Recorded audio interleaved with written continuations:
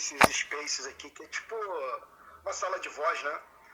E aí a gente abre aqui a sala, aí daqui a pouco começa a chegar o pessoal. No caso, hoje, como que é um space especial, né? É uma espécie de entrevista. Vai ficar só eu, o senhor e o meu co-host, que é o Jeff.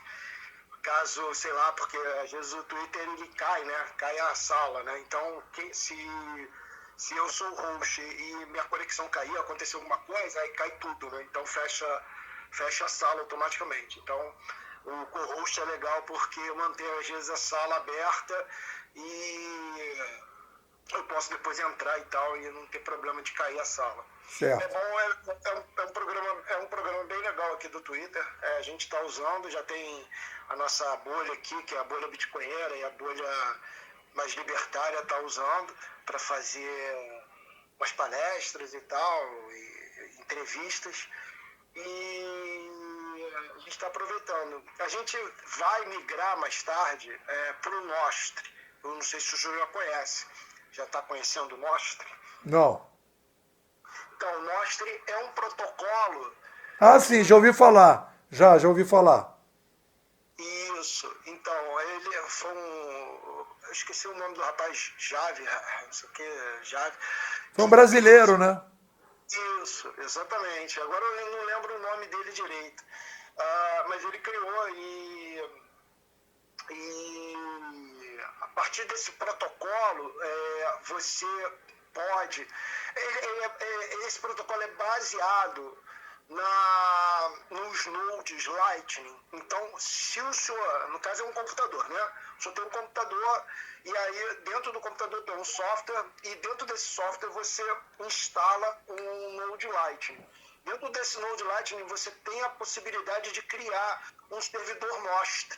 Então é um servidor que, em contato com outros servidores, a pessoa que for entrar, ela vai criar uma chave privada e uma chave pública para poder entrar através dos programas. Tem vários programas para você poder conversar com essas outras pessoas pelo Nostr. Né? É tipo um Twitter, né, no caso. E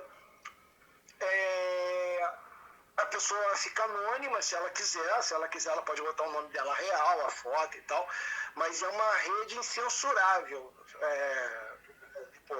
Então é uma rede muito legal aí para o pessoal que está tendo medo aí do Xandão, o pessoal que está tendo medo aí. O Jeff já entrou, vou colocar ele aqui como co-host. Fala, Jeff. Não sei se você está conseguindo falar. Está solicitando aí. Será que eu tenho que... Aqui, aprovar aqui, desculpa. Vitor, duas coisas. Só vai ser áudio, não vai ter vídeo não, né? Não, vai ser só áudio. Tá, e a outra coisa é o seguinte, cara, me chama de senhor não precisa me chamar de senhor não. Eu tô velho, mas nem tanto. É o hábito, Lepô. Mas eu vou chamar de Lepô, pode chamar de Lepô, né? Com certeza. Pô, que honra falar com o senhor. Beleza. Esse rapaz aqui é o Jeff, ele é do Planeta Bitcoin. Show. Ele faz vídeos fazendo dublagem de documentários e outros vídeos relacionados ao Bitcoin. Ele vai ficar aqui hoje com a gente, sendo o nosso co-host. Show de bola. Fora a brincadeira com o senhor, Vitor, boa noite. Nepo, boa noite. Boa noite. É um prazer estar aqui com vocês e passar bons momentos aí, uma boa conversa. Show de bola. Então, Nepo, hoje a gente daqui a pouco pode começar, ainda está entrando o pessoal, mas a gente está só aqui, Jeff, eu estava comentando com ele porque ele ainda não conhece, quer dizer, ele ainda não está interagindo no Nostr, né? Aí eu estava explicando para ele o que é o Nostr e tal, e falando que futuramente a gente vai migrar essas nossas conversas para o Nostr, porque lá é incensurável, então a gente pode ir lá falar com mais liberdade não ter aí o Xandão querendo prender a gente. E outro ponto, assim, fora tudo isso aí que ele disse, principalmente para um entusiasta Bitcoiner, é o fato de lá o Bitcoin já era ativo naquela rede. Então você faz publicações, quem curte publicação ele já enganja com você, mandando bitcoins para você. Assim, é incrível. Eu realmente eu sou suspeito de falar. Legal, não, eu estava trabalhando aqui com o diagnóstico nosso aqui, né? E a nossa aposta era o surgimento realmente de um blockchain para substituir não só a moeda, né, mas também as mídias digitais, né, tendem a migrar todas para o blockchain, né, por uma questão de natural. A gente vai falar sobre isso, né, mostrar que existe uma tendência do ser humano para a descentralização. A descentralização não é uma escolha. Ela é uma a descentralização ela acaba sendo o caminho natural do sapiens. Isso é uma mudança na forma de pensar a história humana, né? Porque aí você pode dizer, existe o caminho da centralização e o caminho da descentralização. Não. Só existe o caminho da descentralização. E com o tempo, obviamente que você tem toda uma briga entre centralização e descentralização, mas com o tempo, por uma questão da característica de uma tecnoespécie, a tendência é a descentralização. E aí ela vai ganhando corpo, como aconteceu no passado e como vai acontecer no futuro. Então agora o aumento da descentralização vai na passagem das plataformas, o Uber, plataforma do Uber, plataforma do YouTube, plataforma do Facebook, plataforma do Twitter. A tendência é tudo caminhar para o blockchain. E aí existe um padrão histórico.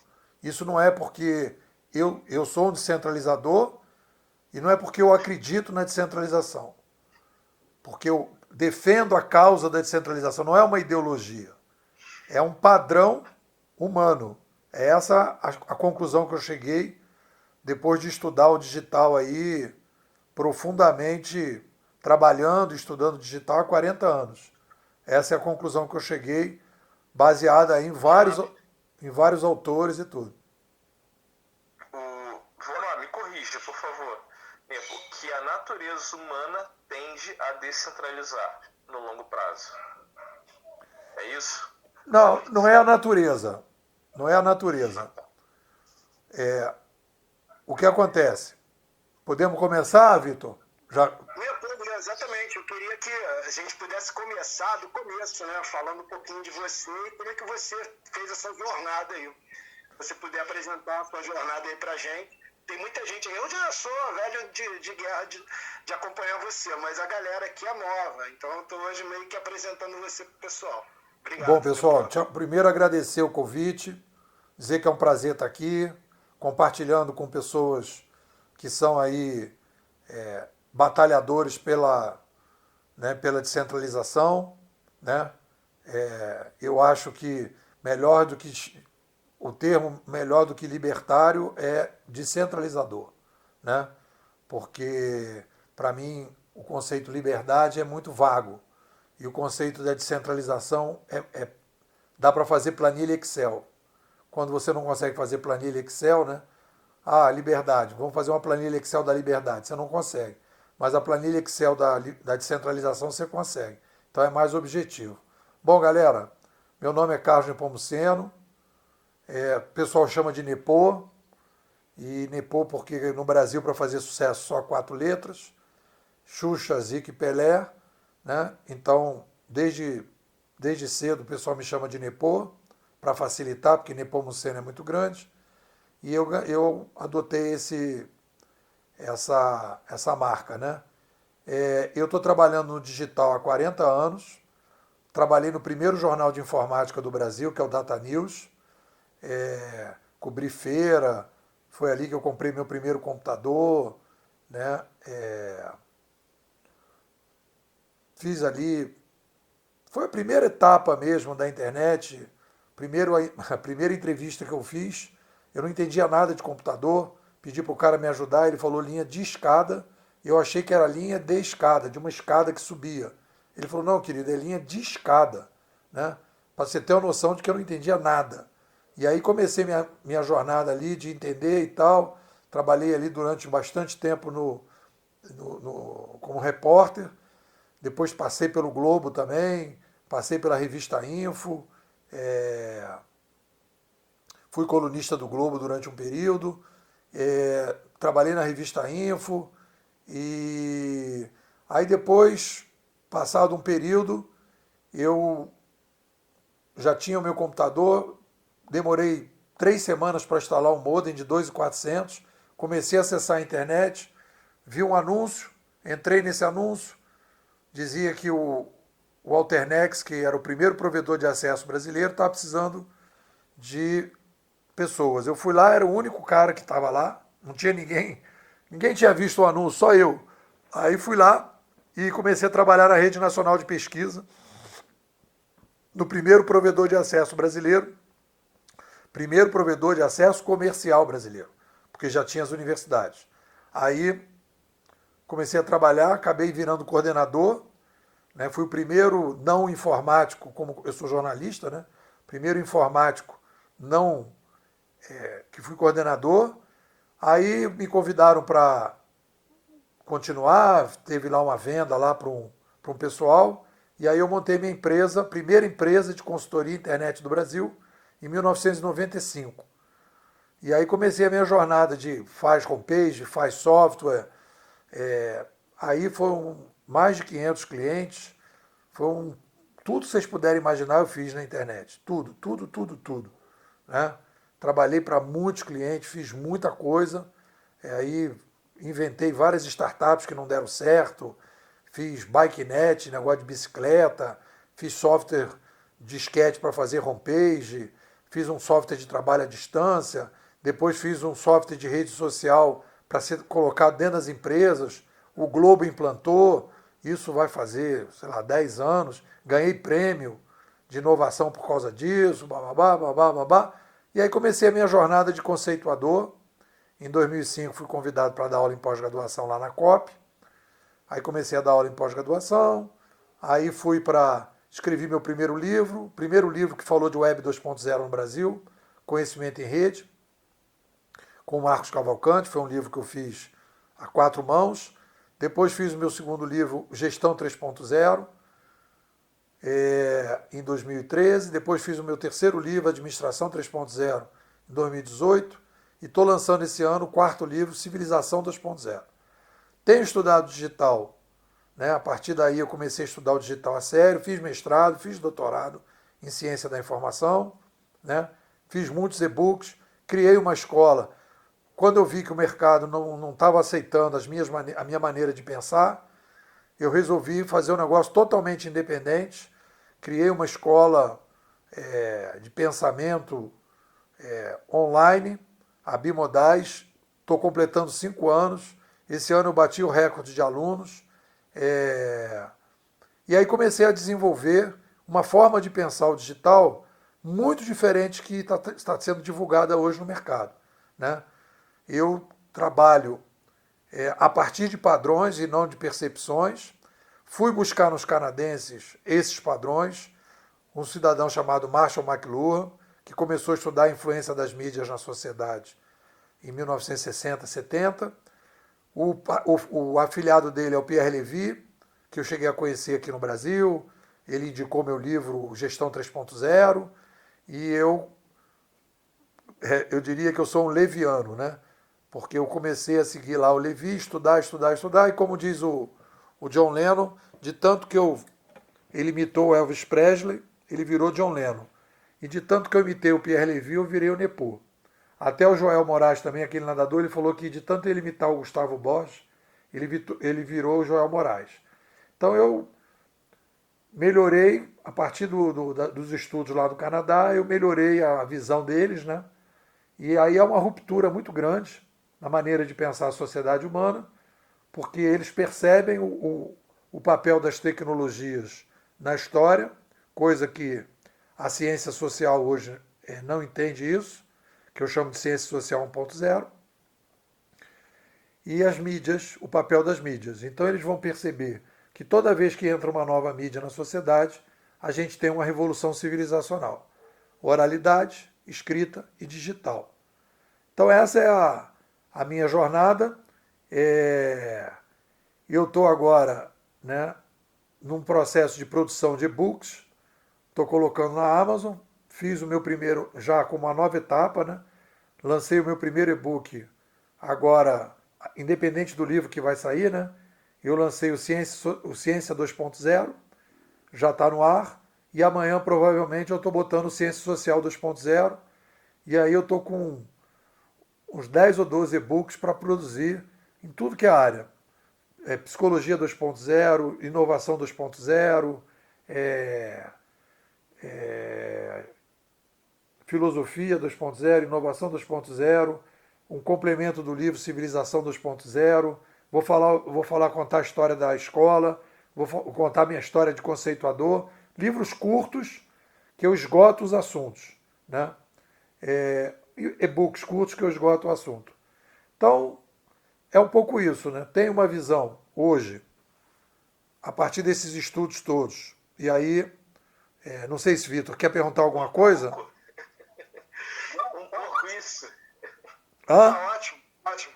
Eu queria que você comentasse duas coisas, no caso. Uma que é bem pitoresca, né? Porque você ganhou um prêmio falando que os gerentes iam acabar. Eu queria que você contasse essa história. E também que explicasse um pouquinho por que esse nome bimodal. Depois a gente entra em outras coisas.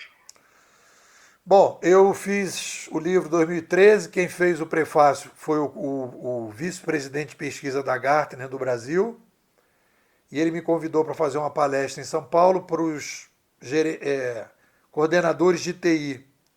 Aí eu apresentei minhas ideias, e uma dos meus apoiadores aqui da escola, a Bárbara, na época ela estava aqui dentro da escola, ela conseguiu uma matéria comigo na Época Negócio, eu fiz a entrevista e o título foi, que eles escolheram, não fui eu, né? Vamos acabar com os gerentes. E isso foi 2015. Foi a matéria mais compartilhada, eu ganhei lá um prêmio, né, de entrevistado mais compartilhado. E o interessante é que eu achei que, como consultor que eu queria ser de empresa, né, que eu ia ficar do lado do telefone e o telefone não ia parar de tocar. E o telefone não tocou nenhuma vez. Ninguém me convidou para fazer palestra, para dar workshop, para fazer consultoria, ninguém, né? E ali eu comecei a perceber, e foi talvez aí um dos grandes aprendizados, difícil pra caramba, né? Doloroso, mas foi um aprendizado que tem até aquela frase, né, anônima, né? A verdade é que nem a poesia, né? E as pessoas odeiam a poesia, né? Então, as pessoas não estavam muito afim de...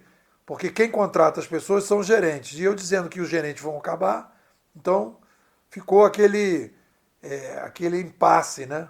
Porque o cara que não vai contratar alguém para fazer palestra que vai dizer que ele vai acabar, né? Mas o que você vê hoje dentro do cenário do mundo digital é que todas as organizações hoje que lideram, né, todos os projetos, inclusive o Bitcoin, todos os projetos que lideram hoje, que estão na zona de atração do mundo digital, tiraram os antigos intermediadores. E é isso que eu quero chamar a atenção de vocês. A crise que a gente está passando hoje, né, a gente está saindo de uma grande crise civilizacional e o problema os intermediadores ficaram obsoletos. E tudo que a gente está vivendo hoje, em termos de mudança na sociedade, é a saída dos antigos intermediadores para o modelo de intermediação mais descentralizado, mais distribuído. Então essa é a historinha. Negócio. Bimodal é um conceito da Gartner, que inclusive o Mange me falou desse conceito no almoço. E para a Gartner, o conceito bimodal é um conceito assim. Bimodal vem de duas modalidades, né? São dois modais. Então você, por exemplo, a loja Americana criou uma bimodalidade. Ela criou a americanas.com e continuou com a Americanas física. O Globo também criou uma bimodalidade. Criou o Globo.com e o Globo continuou igual. Depois eles fizeram até alguns ajustes. A Amazon, naquele livro A Loja de Tudo, também criou a bimodalidade quando criou o Kindle. Eles fizeram um projeto, inclusive, secreto, era uma bimodalidade secreta. Eles criaram duas modalidades para não ter briga. Então, muitas vezes, quando você tem um projeto muito disruptivo, uma coisa muito diferente, você cria uma outra área, começa a fazer lá, né, para evitar que o pessoal daqui brigue com aquela galera de lá, principalmente quando vai substituir. Então a bimodalidade é isso. E a Gartner propunha uma bimodalidade na TI. E eu falei, olha, a gente está vivendo um momento bimodal. A gente tem o Uber e a cooperativa de táxi. A gente tem o Banco Central e o Bitcoin. A gente tem o Netflix e a TV Globo e o YouTube. Então isso é bimodal. São dois modelos de cooperação totalmente distintos. Num você tem um intermediador muito mais fixo, controlador do banco de dados, controlador do sistema, e no outro você começa a ter mais liberdade, mais descentralização. E aí eu divido do lado de cá, né, quando a gente fala de curadoria, o Uber é curadoria, o Bitcoin é curadoria, o YouTube é curadoria, porque você não tem, o banco de dados é aberto, você não tem controle do banco de dados, e aí você tem dois modelos, já tem duas curadorias, a 1.0 e a 2.0. A 1.0 é a curadoria com plataforma, que é o caso do YouTube. Essa história que está se contando agora, desse novo sistema, que a gente vai ter um Twitter blockchain, né, que o Vitor estava comentando, aí a mudança você sai da curadoria da plataforma e passa a ser uma curadoria do ecossistema, em que você distribui inclusive os algoritmos, e aí você não tem mais controle. Então, se alguém quiser, por exemplo, tirar um vídeo de alguém dentro de uma plataforma blockchain, dentro de um ecossistema blockchain, ele não consegue, porque é um sistema distribuído, que é o modelo do peer-to-peer, né? Que já não é novidade, já existe há muito tempo. O Bitcoin é um peer-to-peer sofisticado, né? Usando o peer-to-peer o hardware, só que no peer-to-peer a gente às vezes não tinha ainda essa coisa da possibilidade das pessoas participarem, né? No YouTube, por exemplo, quando você dá estrelinha, quando você curte um vídeo, compartilha, isso vai sendo uma referência para o vídeo subir ou descer dentro da plataforma.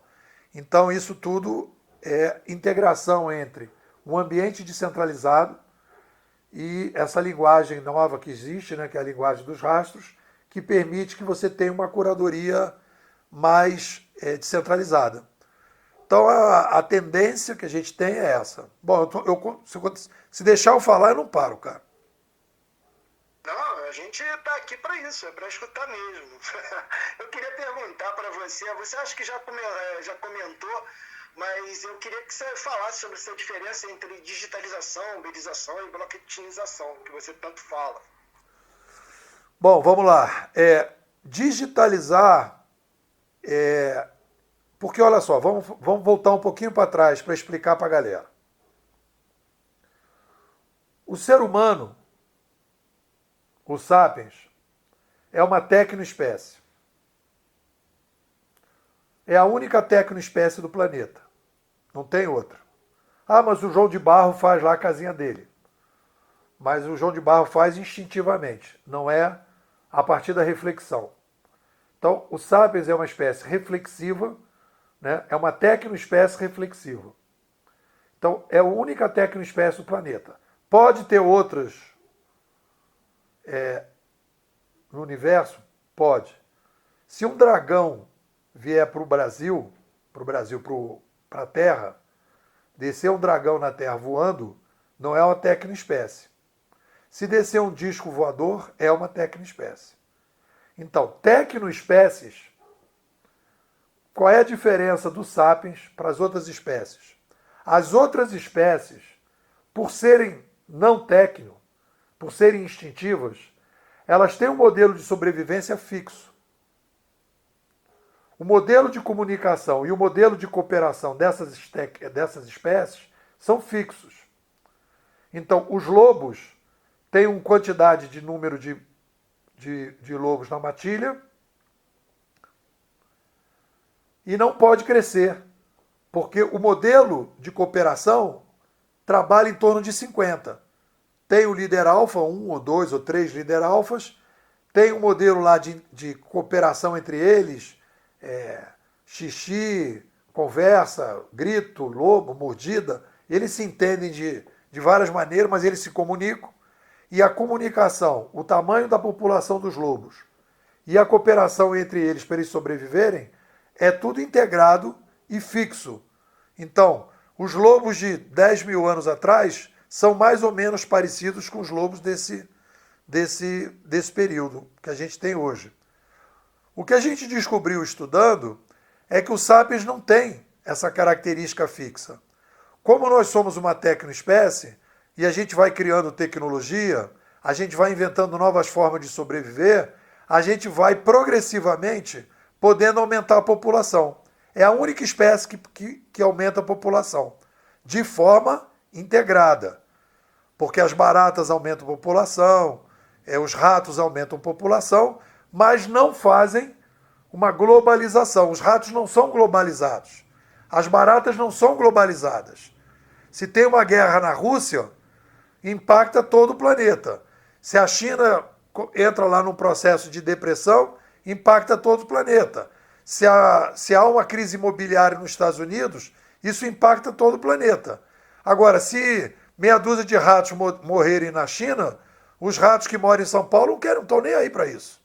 Então, o ser humano é uma espécie globalizada, hoje cada vez mais, né? Globalizada, que cresce demograficamente, e aí vem a grande novidade que a gente tem que compreender. O crescimento populacional do Sapiens obriga o Sapiens a refazer o modelo de sobrevivência. A gente tem a necessidade de, cada vez mais, criar modelos de sobrevivência mais descentralizados e mais distribuídos para poder lidar com o aumento populacional. É a única forma sustentável que o ser humano tem, dividindo as operações e as decisões. Porque se você concentra tudo no centro, o centro começa a tomar decisões que não conseguem resolver o problema de cada vez mais gente. Então, pode demorar, como às vezes demora, em várias regiões você pode ter exemplos de centralização, mas do ponto de vista geral, ao longo do tempo, o modelo mais descentralizado vai se tornando hegemônico. Por quê? Porque ele é mais sustentável. Qual é o fator detonante? Então, o causante é o aumento populacional. Qual é o fator detonante para a guinada civilizacional, o disjuntor civilizacional? A nova mídia.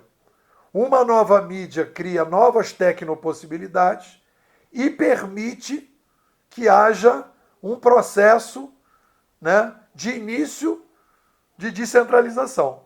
E aí começa, primeiro, o empoderamento das pessoas com informação, as pessoas começam a receber mais informação, as pessoas começam a se comunicar com pessoas que elas não costumavam se comunicar, você aumenta a troca das pessoas, começa um processo de negociação e de comercialização fora do eixo central, dos antigos intermediadores, e aí você tem um processo de troca que vai cada vez aumentando mais. Foi o que aconteceu com a oralidade, que as pessoas passaram a conversar e trocar cada vez mais.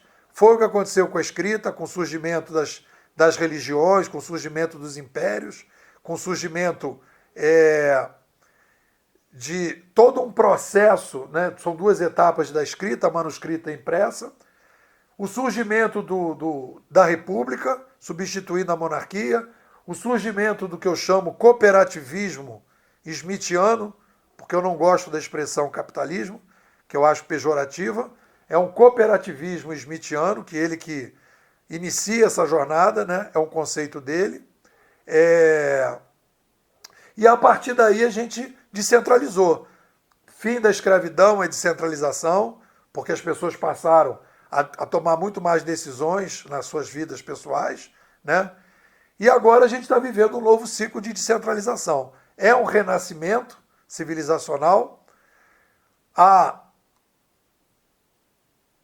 primeira etapa foi a digitalização dos antigos ambientes. A segunda etapa foi o surgimento de plataformas usando, né, as novas alternativas da mídia, por exemplo, a linguagem dos rastros, que é essa coisa boba, que todo mundo acha que dar estrelinha para o motorista do Uber é bobo, mas é as estrelinhas do Uber, as estrelinhas do Airbnb, as estrelinhas do YouTube, né? O compartilhamento que as pessoas fazem, que vão criando a possibilidade dos algoritmos tomarem decisões para definir o que é melhor, o que é pior, quem vai gostar do quê, o que é recomendável para você, o que não é recomendável. Aí você passa a ter um algoritmo que vai descentralizando e vai possibilitando que cada vez mais pessoas possam fazer negócios com cada vez mais pessoas. No passado era impossível pensar, comprar um aparelho de um cara do Piauí. Hoje você vê a reputação dele, dada pela linguagem dos rastros, e que permite você dizer, esse cara é honesto. Mesma coisa no Uber, a mesma coisa no Airbnb para você botar alguém na tua casa, ou para você ir na casa de alguém. Então tudo isso vai criando um ambiente mais descentralizado e vai permitindo que a gente possa lidar com a complexidade demográfica de uma forma mais sustentável. A blockchainização, na verdade, é a uberização do Uber, né? Em que você tira a plataforma e coloca no lugar da plataforma o peer-to-peer. Você coloca isso que está aparecendo, né? Você coloca em várias máquinas, não tem um CNPJ para processar, não tem um servidor para ser invadido, para ser fechado, né? E a partir daí você começa, na minha visão, né, a verdadeira revolução que a gente vai viver. Tudo agora, até agora, foi, digamos assim, vamos chamar assim de Revolução 1.0.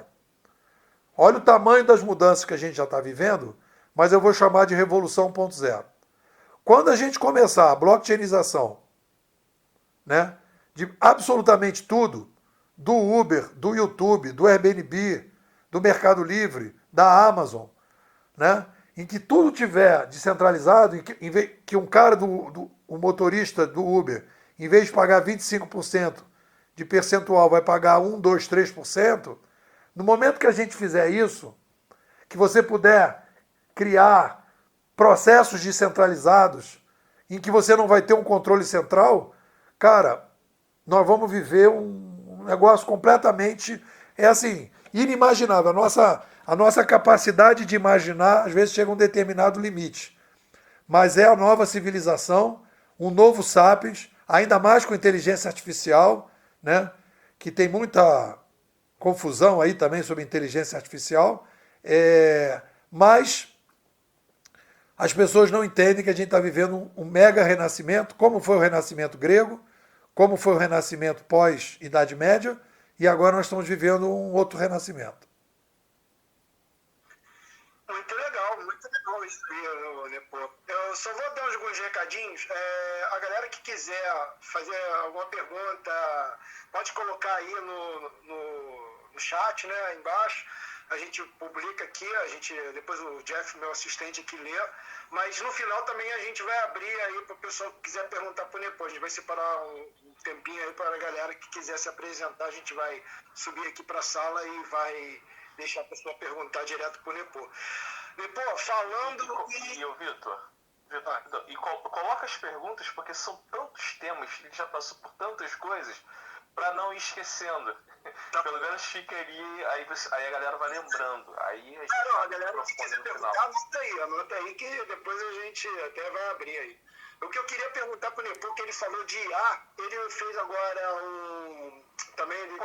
Deixa eu voltar um pouquinho mais no tempo, Vitor. Que ele, quando ele fala ali no modelo econômico e ele fala a questão pejorativa do capitalismo, que você cita Smithiano, você está fazendo referência a Adam Smith? Isso. Tá show. Só para eu estar na mesma página. Nepô, você fez um texto agora, quem quiser seguir o Nepô lá, a página dele é muito difícil, a página de escrever. Se chama nepô.com.br, tá? Cuidado para não esquecer aí, galera. É muito difícil. Você fez um texto falando a Web 4.0 marcará a massificação da blockchain e da IA. Aí eu queria que você desse uma passada sobre esse lance de Web 1.0, 2.0, até a gente chegar aí na 4, e como você está falando aí sobre a blockchainização e a IA. Quase que eu não consigo falar. Obrigado aí, Nepô.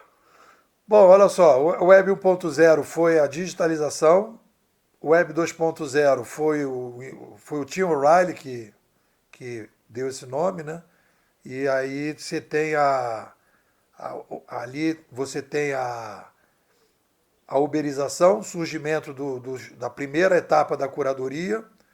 Você tem essa fase agora, né? Que a gente poderia dizer da Web 3.0. É o início da jornada da blockchainização com Bitcoin, etc., né? E o início também da IA, ainda muito perdido, a galera ainda muito perdida. E eu diria que a Web 4.0 é quando a gente sair desses laboratórios que a gente tem e a coisa se massificar, quando eu começar a assistir, por exemplo, né? Ou se a gente pode dizer que é a Web 3.1 e a Web 3.2, ou se vocês quiserem, Web 3 e Web 4. Mas, objetivamente, independente de se é 3 ou 4, objetivamente eu diria o seguinte, eu decretaria que a gente está na Web 4.0 quando a gente tiver a massificação, por exemplo, da blockchainização do Uber, por exemplo, né? Que é um negócio muito popular, que marcou muito quando surgiu o blockchain do Uber. E não é surgir uma startup com meia dúzia, não. Quando todo mundo já estiver usando esse troço. Aí aquilo ali já está em uma outra etapa, em um outro processo. O problema da inteligência artificial é que existe uma confusão entre esperteza artificial e inteligência artificial. São duas coisas diferentes. A esperteza artificial é o uso de processamento de dados mais sofisticado, que permite que a gente, por exemplo, eu fiz aqui uma brincadeira, eu sou botafoguense. E aqui em Teresópolis, que eu moro numa cidade pequena, eu vim para cá para poder ter tranquilidade para criar os meus projetos, minhas ideias. Então eu vivo aqui num playground, porque a cidade é muito divertida, as pessoas são muito bacanas, segurança total. Então a gente brinca com todo mundo, futebol aqui é dialeto corrente.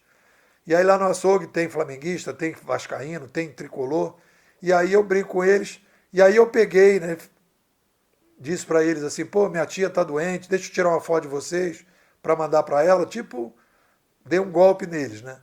Aí peguei a foto de todo mundo e botei lá uma ferramenta que eu chamo de esperteza artificial, que eles falando, né?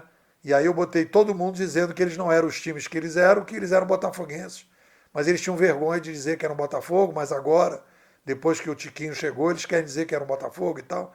Foi uma festa, uma brincadeira, eles acharam o máximo, queriam fazer também e tal. Foi uma super bacana. E na época eu falei que aquilo era inteligência artificial. Isso não é inteligência artificial.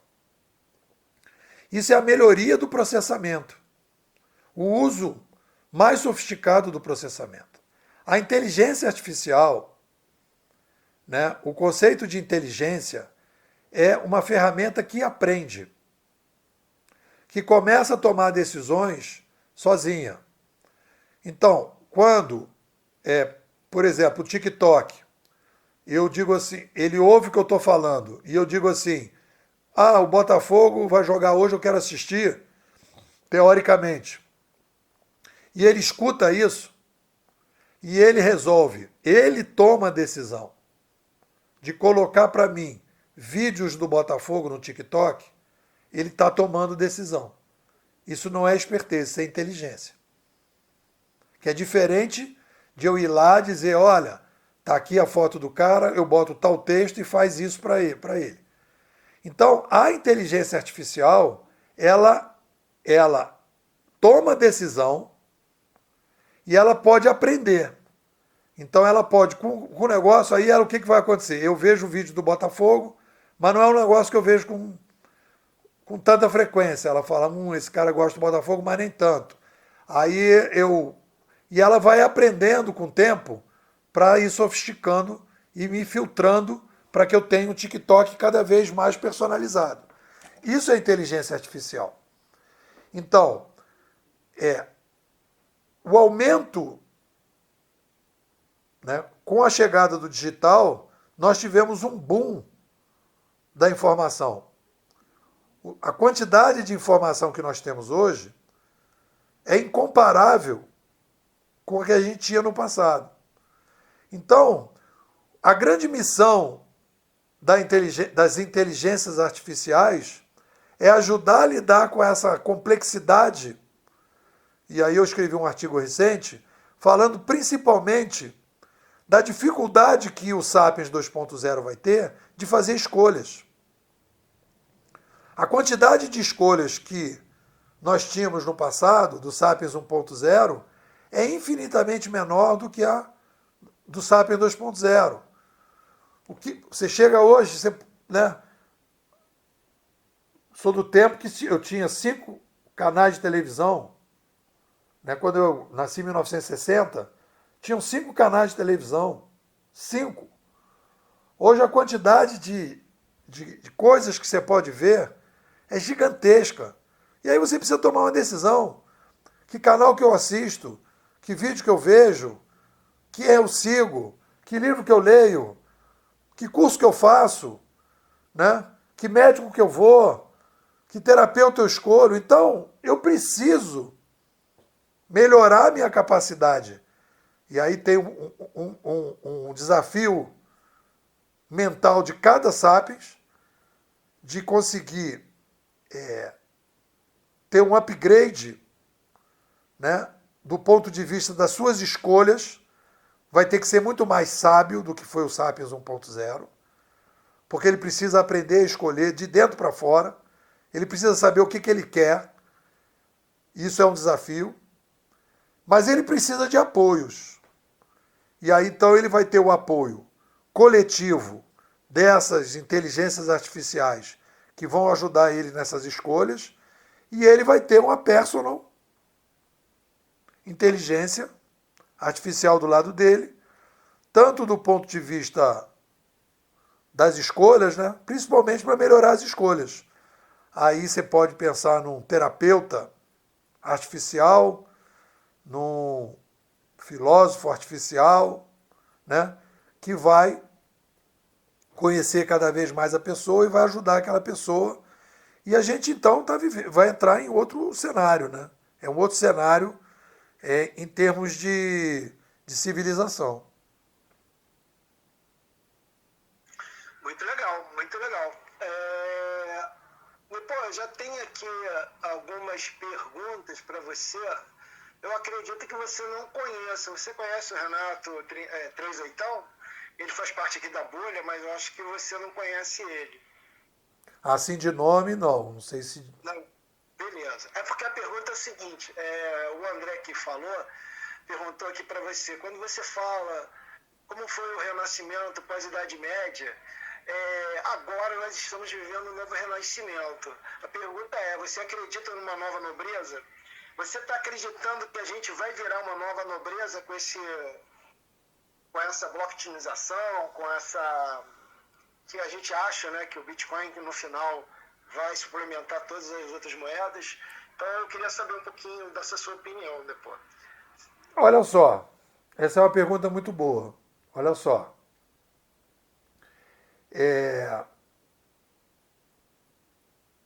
Vamos colocar da seguinte maneira, galera. E aí é uma coisa importante, vai me dar a oportunidade de falar uma coisa importante. Qual é a grande novidade da Civilização 2.0? Qual é o título do meu novo livro? Civilização 2.0, por que estamos sendo obrigados a imitar as formigas? Por que eu não acredito em nobreza? Tem um livro do Steve Johnson, que é o Emergência, que é muito interessante. Foi ali que eu comecei a observar as formigas e começar a fazer essa relação. Ele diz, quem diz que existe rainha no formigueiro é o ser humano. Porque a rainha no formigueiro ela não tem a função de gestora. Ela não manda nada. A rainha no formigueiro, o papel dela é só reprodutor. Então, as formigas, quando o cara fala assim, o blockchain, que coisa nova, moçada, quem inventou o blockchain foram as formigas. O blockchain imita o modelo de cooperação das formigas. As formigas trabalham com algoritmo há milhares de anos. Uma formiga andando pelo caminho, ela curte o caminho com a bunda, deixando o rastro, e a outra formiga sabe que ali tem comida. Não precisa de gerente para dizer. Cada formiga informa para as outras o que tem que ser feito. E aí, então, na hora que acaba a comida, a última que chega lá vai descurtindo o caminho. É o Waze. É o mesmo modelo do Waze. O formigueiro é o Waze. Então, por que a gente vai imitar as formigas? Por causa dos 8 bilhões. O modelo, a complexidade demográfica de 8 bilhões é como se a gente tivesse... Nós já somos um formigueiro, só que a gente está sendo administrado pelo modelo dos lobos. Tudo que vai acontecer na civilização 2.0 é a migração dos lobos para as formigas. Então, quando o cara fala, mas e a nobreza? Existe uma intermediação. Isso é importante. Não existe a possibilidade da intermediação zero. Mas a intermediação que a gente está tendo no blockchain, né, é uma intermediação modelo formiga. Então, o que acontece?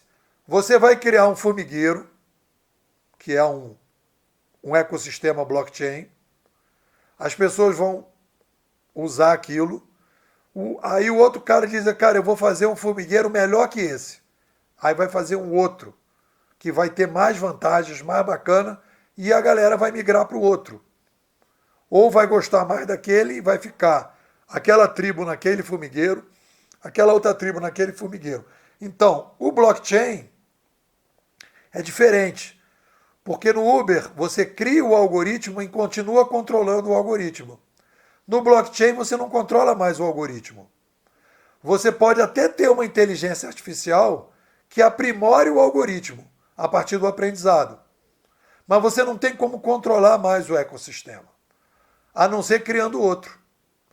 Então esse modelo não permite que você tenha a velha nobreza. A velha nobreza é do ambiente sonoro, é lobo. A gente está entrando num ambiente das formigas que não tem mais líder alfa. Você pode reparar, as pessoas jogam pedra no YouTube, né? Eu falo, gente, só um minutinho. Eu critico a centralização do YouTube, mas eu não posso deixar de elogiar que o YouTube é 800 mil vezes melhor que a TV Globo. E que o YouTube Chain será 800 vezes melhor do que o YouTube atual.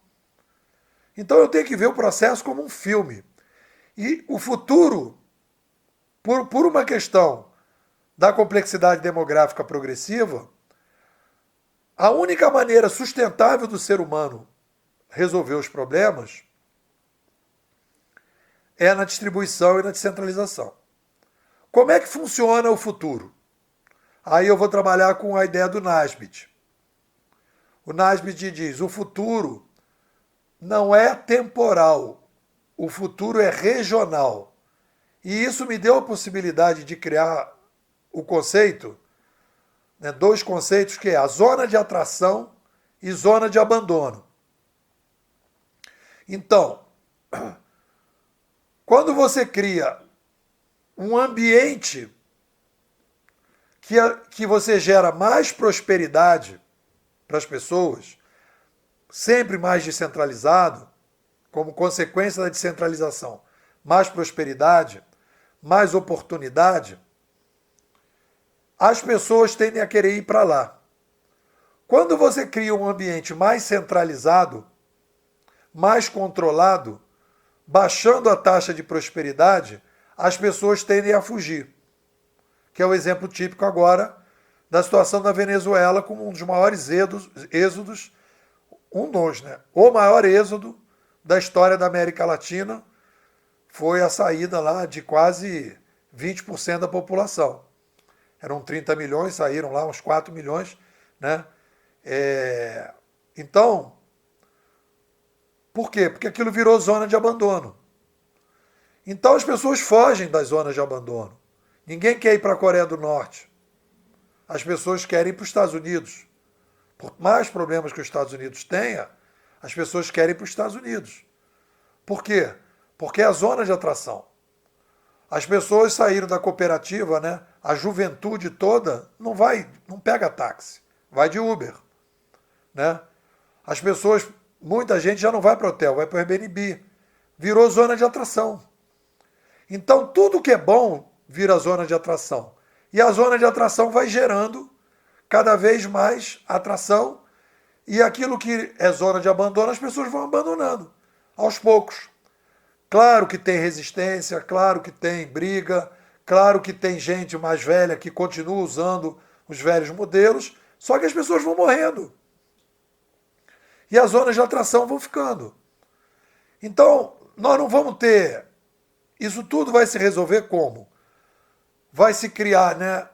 Aí vão ter aí, né, do ponto de vista geográfico, vão ter as cidades blockchainizadas, as regiões blockchainizadas, o fim do atual modelo de políticos, por exemplo, o fim de governadores, de prefeitos, de presidentes, e aquelas regiões vão começar a montar um modelo todo blockchainizado, todo com inteligência artificial, resolvendo os problemas de maneira totalmente diferente. Aí aquela área ali, todo mundo fala: cara, isso é bacana, hein? Quanto é que você está pagando de imposto? Ah, estou pagando isso aqui, essa mixaria. É mesmo? E como é que é a parada aí? Não, aqui é assim, assim. Pô, gostei. Eu acho que eu vou para aí. Ah, vem, cara. Aí vai para todo mundo, vai para lá. Pô, vou fazer aqui também. Então faz aí também. Tem um jeito aqui de fazer, olha aqui, ó. Tem um livro do fulano e tal. Aí começa a disseminação e daqui a pouco está tudo espalhando. Por quê? Porque o ser humano ele tem uma característica que é o seguinte, isso aí está no Mises e no Hayek. Queremos sempre viver melhor ontem, amanhã, do que hoje. E sempre melhor hoje do que ontem. Então, a tendência do ser humano é procurar sempre uma vida melhor. É natural no ser humano. Então, ninguém vai querer ir para uma coisa pior. Então, tudo que é bom vai sendo adotado. Eu digo sempre o seguinte, as mentiras, né, as mentiras, os projetos fracos, as metodologias fracas, né, o tempo detesta elas. As metodologias fortes, as filosofias fortes, né, o tempo adora. Então o tempo vai eliminando o que é ruim. Não adianta você forçar a barra. O tempo elimina o que é ruim, porque o Sapiens quer sobreviver melhor. E ele vai jogando para fora tudo que é ruim. muito legal, muito bom mesmo, né? Pô, sempre é muito legal escutar você, a gente fica aqui só se deleitando nas suas ideias. Eu gostaria de saber se eu posso abrir aqui para a galera poder participar da sala e fazer pergunta para você. Ou se você quer falar mais alguma coisa que eu não toquei no assunto, né? Porque... Não, vamos lá. A interação os buracos eu vou fechando, vou tampando. Tá bom. Quem quiser agora conversar com o Nepô, pode levantar a mão e eu dou permissão para que o pessoal fale, tá?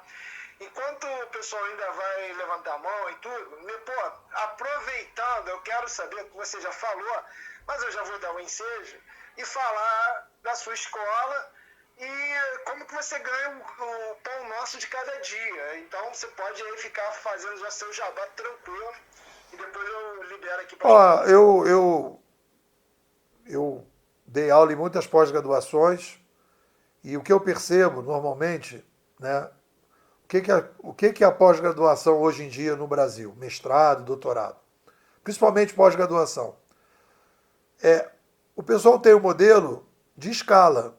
Então os caras, por exemplo, eles definem o curso que eles querem dar, escolhem lá a linha de pensamento deles, botam os professores, né, para falar sobre aquilo, às vezes tem até um PowerPoint fixo, e eles vão repetindo aquilo. Então é um modelo que funcionou num período que as coisas estavam mais ou menos estáveis. Nesse momento de instabilidade, esse modelo está ruim, está obsoleto. Eu percebi que não tinha espaço para trabalhar nesses ambientes. Disse não, por exemplo, para a Fundação Getúlio Vargas, que queria me deu um curso lá que eu não aceitei, né? Falei, não, isso para mim não está legal. Propus vários lugares adotar esses conceitos que eu estou propondo, as pessoas não acharam legal, eu resolvi criar a escola. Eu tenho hoje apoiadores, né? Pessoas que me apoiam. Tem os apoiadores que às vezes, hoje mesmo teve gente que depositou Pix, eu botei Pix para depositar, para me dar um apoio, para continuar fazendo essa pesquisa que eu estou fazendo. E tenho também os apoiadores que eu chamo de alunos, né? Que entram na escola. Eu tenho semestre, eu trabalho na semestralidade, o cara passa o semestre comigo, ele tem o acesso a tudo que eu estou produzindo, um áudio aberto, que todo mundo recebe na internet, e eu tenho um áudio fechado, que eu comento o áudio aberto e aprofundo. E tem aí as lives internas da escola, todas as palestras, os cursos, tudo que eu dou. O que eu percebo, né, então, essa é a escola. O pessoal quiser mais informação, essa visão do cara me ajuda a pensar melhor, a decidir melhor, etc. Tal. O meu zap é 21 99608 6422. Vou repetir. 21 99608 6422. Você pode fazer parte da escola, você pode contribuir com a escola. Vou dar uma força para esse cara continuar pensando nessas coisas. Legal, bacana. E a gente está trabalhando. Eu brinco sempre com o pessoal leva um susto, que eu falo assim: vocês estão diante do cara mais ambicioso que vocês já conheceram na vida. Aí você vai falar, como assim, cara? Você quer o quê? Comprar uma ilha? Quer ter um jatinho? Não. Eu quero, a minha grande ambição é que daqui a 20, 30 anos, tudo que eu estou falando se consolide.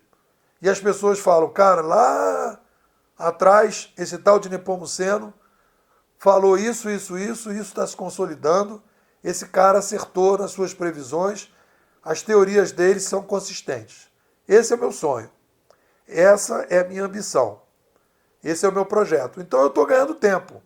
Quanto mais eu vou conseguindo sobreviver, produzindo as coisas que eu estou produzindo dentro desse meu projeto de 20, 30 anos, está tudo no esquema, né? E eu poderia dizer que eu não posso dizer que o que eu estou propondo, né, é uma grande verdade. São as melhores verdades que eu cheguei, mas essas verdades que eu cheguei, elas são muito originais, isso sem dúvida nenhuma, né? São muito originais, sempre lembrando, partindo dos meus padrinhos canadenses, que eu melhorei muito a narrativa deles, elas são muito originais, padronistas, baseadas em padrões, com uma consistência e com um empenho muito grande. Porque, por exemplo, vocês terem a noção, eu acordo todo dia, né, 3h30 mais ou menos, para produzir tudo, distribuo tudo até as 6h30, está tudo distribuído, né? Trabalho depois, um pouco de manhã, depois trabalho mais à tarde, e às vezes aqui como agora, né, difundindo a ideia da escola, é uma disciplina louca, né? Super feliz, assobio todo dia, super contente, estou cumprindo a minha missão. Como eu digo, eu não trabalho para ganhar dinheiro, né? Eu ganho dinheiro para trabalhar. Eu sou um trabalhador missionário. Gostaria que todo mundo aqui pudesse ser trabalhador missionário. O trabalhador missionário é aquele cara que tem uma missão e que a grana é para fazer com que a missão seja cumprida. Isso dá uma felicidade muito grande. Bom, meus parabéns, né, pô? Isso aí é muito legal de se escutar, porque hoje o pessoal às vezes fala que felicidade é ter coisas, né? Ter grana e tal. E você está partindo por um outro tipo de pensamento. Muito legal isso. Ô, Jeff, excelente sentido de propósito. Eu coloquei aqui para o pessoal conhecer, já está aqui no Space aqui, o site, tá? bimodas.com.br, para vocês conhecerem mais detalhes lá da escola do Carlos Nepô. E abrir os microfones aí, galera, fazer perguntas aí. Tem muitos conceitos muito interessantes. O do tempo, assim, foi de explodir a cabeça, essa perspectiva que você trouxe. Eu achei simplesmente sensacional. E dá uma boa noite aí pra galera que tá no chat aí. O Gida tá aí, o Oli, Mike, Geleia, Padrim, Razabone, todos os outros aí. Galera, só levantar a mão aí. Pessoa que tiver tímido pode tirar a timidez e levantar a mão, fazer a pergunta aí pro Nepô, tipo, o tio Nepô, que ele responde, não fica se contendo não. Eu vou fazer até uma pergunta aqui para ele que eu lembrei. Nepô, você acha que o Bitcoin vai ser a moeda que vai se libertar do Estado, assim como a imprensa de Gutenberg libertou a religião do Estado? Você acha que isso pode acontecer com o Bitcoin? Se o Bitcoin... Repete a pergunta. Você acha que o Bitcoin vai libertar o dinheiro do Estado, assim como a imprensa de Gutenberg libertou a Igreja do Estado na época que as ideias começaram a ser divulgadas, que a Bíblia começou a ser impressa no idioma local, que no caso era o alemão, e aí a pessoa comum começou a interpretar a Bíblia, e a partir disso desvinculou a religião do Estado naquela época. Você acha que isso pode acontecer com o Bitcoin? Não, eu acho que sim. O que acontece? Eu cheguei aqui num conceito que é o espiral civilizacional progressivo. Nós temos 3 etapas na civilização. Sempre começa, né, uma nova era civilizacional com a nova mídia. A nova mídia tem uma fase de renascimento. Ela consolida um novo modelo de cooperação, como foi o caso da República e do cooperativismo smithiano. Aí, o que é interessante, muito interessante, olha só que interessante, galera. A República e o cooperativismo smithiano permitiram um aumento populacional. Foi o mérito.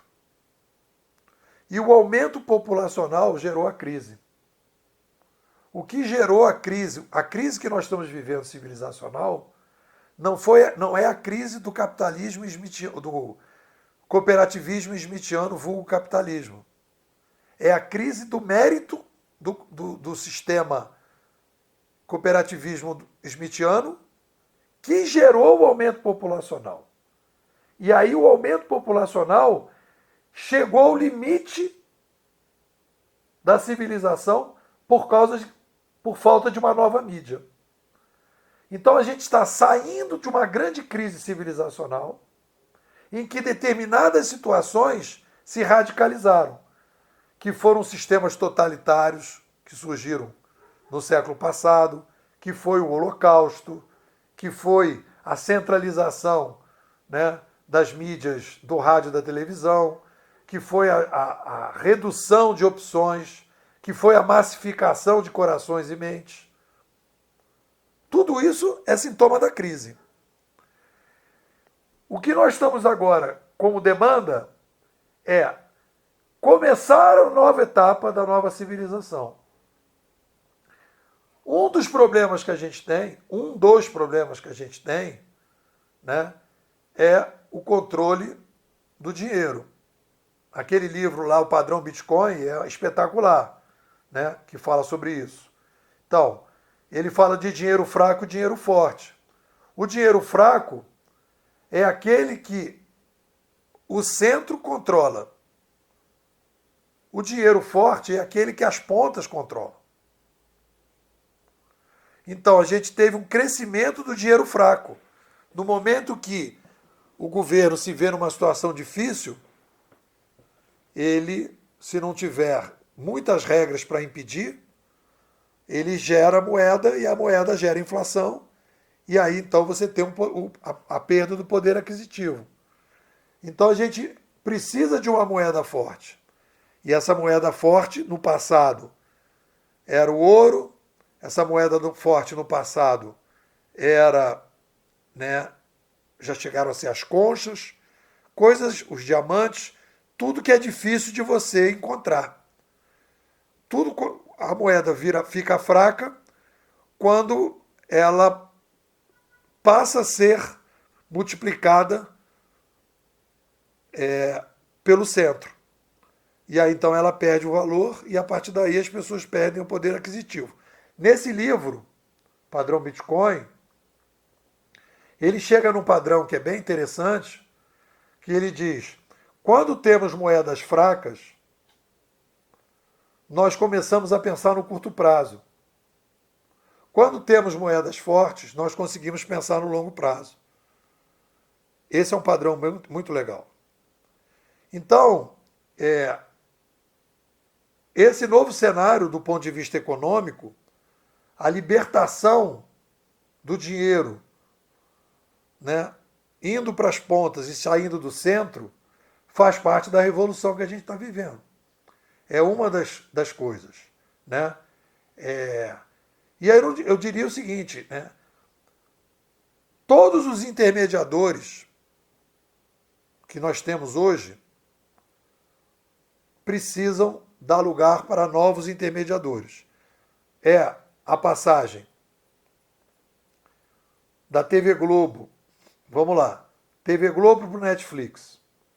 Você teve a digitalização da TV Globo. Do Netflix, você teve a curadorização da TV Globo do Netflix, com o YouTube. Repara bem, eu digitalizei a TV Globo com o Netflix. E aí eu consigo atender o mundo todo através do streaming. E eu uberizei o Netflix com o YouTube. Olha a proporção de quantidade. E aí tem a ver com essa discussão da complexidade. TV Globo, 20 milhões de usuários, Netflix, 220, YouTube, 2,2 bilhões de usuários. Olha a escala. Eu consigo ter uma TV Globo com 2,2 bilhões de usuários. Só que não é uma TV Globo que tem um comando central. Cada um é um banco de dados aberto. Ah, mas o YouTube controla esse banco de dados e o algoritmo. Sim, é a curadoria 1.0. No YouTube Chain, você vai ter a blockchainização do YouTube. É a nova etapa. Então, o que nós estamos tendo na moeda é a mesma coisa, né? Nós temos aí, você pega no Brasil, todo aquele controle que as pessoas tentaram fazer na moeda para evitar que o centro controlasse a moeda, né? Para evitar a emissão de moeda, etc, etc, autorizações, etc, etc, tentou proteger a moeda. Agora, com a ideia do Bitcoin, foi direto para, né, o Nubank. Vamos pegar, né? Olha só que interessante. O Bradesco foi digitalizado pelo Nubank, mas ainda é um banco de dados controlado central. Qual é a segurança que o Nubank e o Bradesco oferecem? Eu controlo a plataforma de um jeito muito forte para ninguém invadir. Beleza, então a segurança é da centralização. No blockchain, a segurança da moeda é o contrário. Como você descentraliza e ninguém controla, você tem a segurança da descentralização. E aí, então, o problema que a gente tinha era ter uma moeda descentralizada com segurança. Não tinha isso. Claro que tem problemas, tem fraudes, tem tudo. Mas isso vai se aperfeiçoando ao longo do tempo. Então a gente vai realmente, dentro da revolução, um dos aspectos da revolução civilizacional é a moeda. É dos, né? Tem educação também, revolução na educação, revolução na política, revolução na área da filosofia, revolução na psicologia. Vai ter revolução em tudo que é área. E aí tudo sempre na direção de mais e mais e mais descentralização, permitindo que as pessoas tomem cada vez mais decisões. E isso vai obrigar o Sapiens 2.0 a ser muito mais personalizado e originalizado do que o Sapiens 1.0. Porque ele vai precisar tomar muito mais decisões, que é o que aconteceu também. Compara um escravo com um trabalhador de carteira assinada. Olha a quantidade de decisões que um cara que ganha salário tem em relação a um escravo. Gigantesca. O que eu vou comer, aonde eu vou comprar, aonde meu filho vai estudar. Ele aumenta tremendamente a possibilidade das decisões. Claro que tem limites, dependendo da situação, mas teve muito mais opções. E isso é um padrão. Quanto mais gente tiver no mundo, mais os ambientes de cooperação têm que ser descentralizados.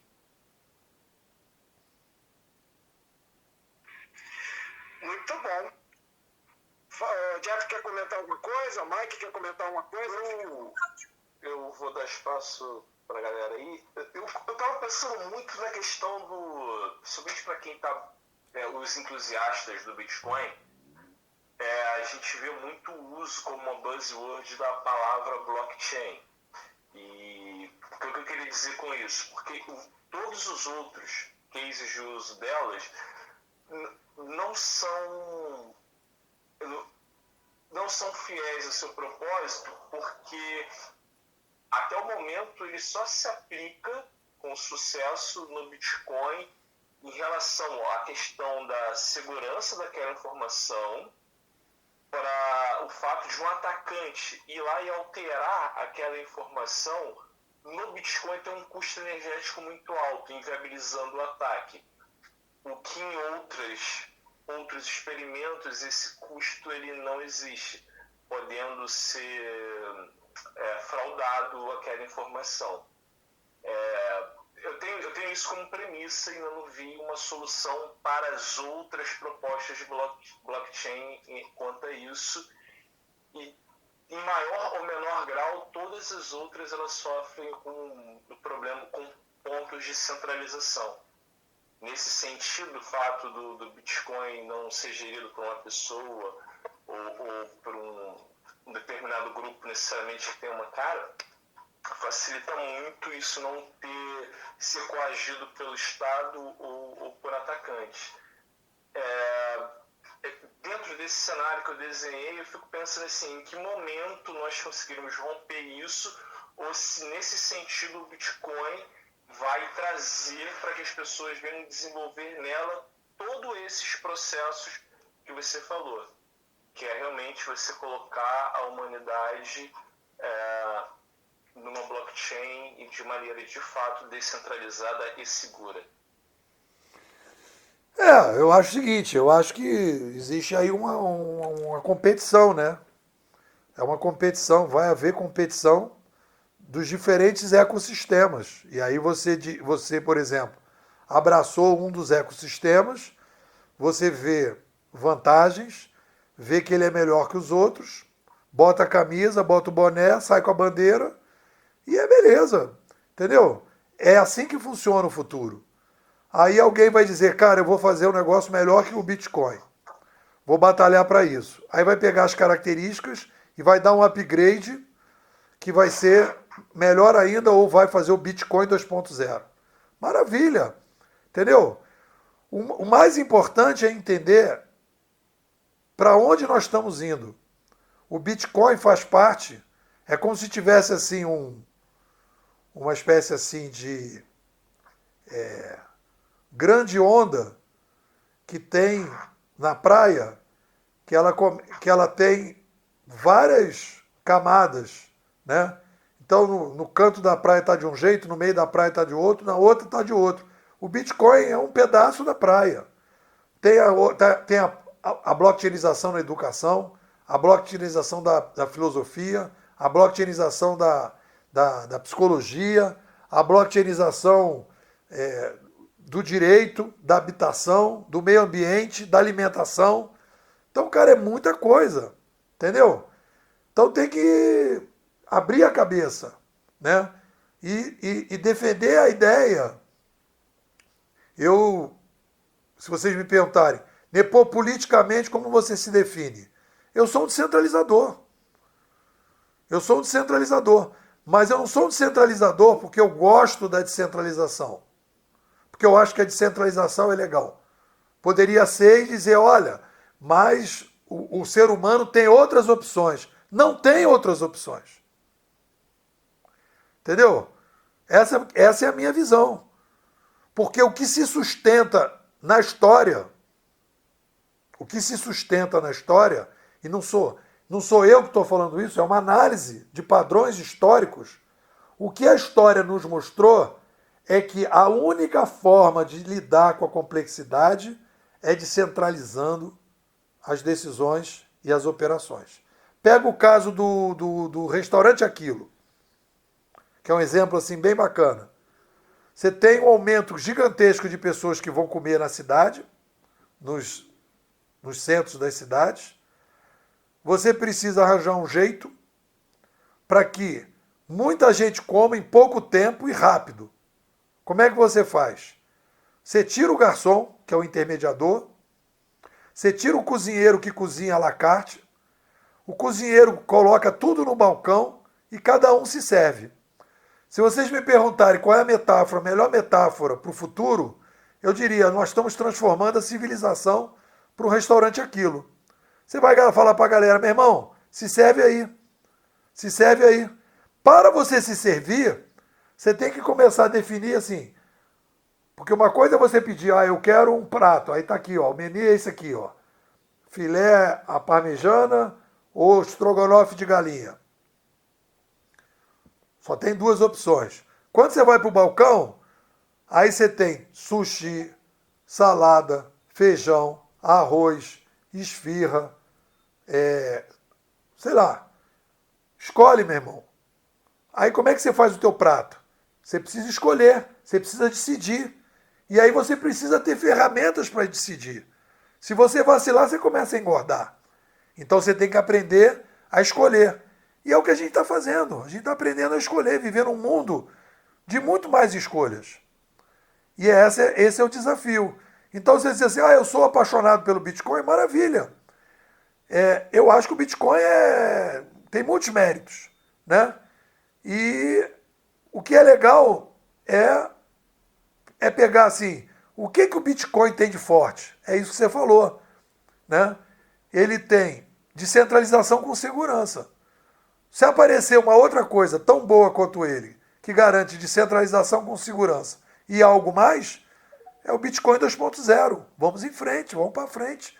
O importante é que a gente tenha uma moeda que não tenha o controle central, que ela não seja uma moeda fraca e que permita às pessoas a pensar no longo prazo.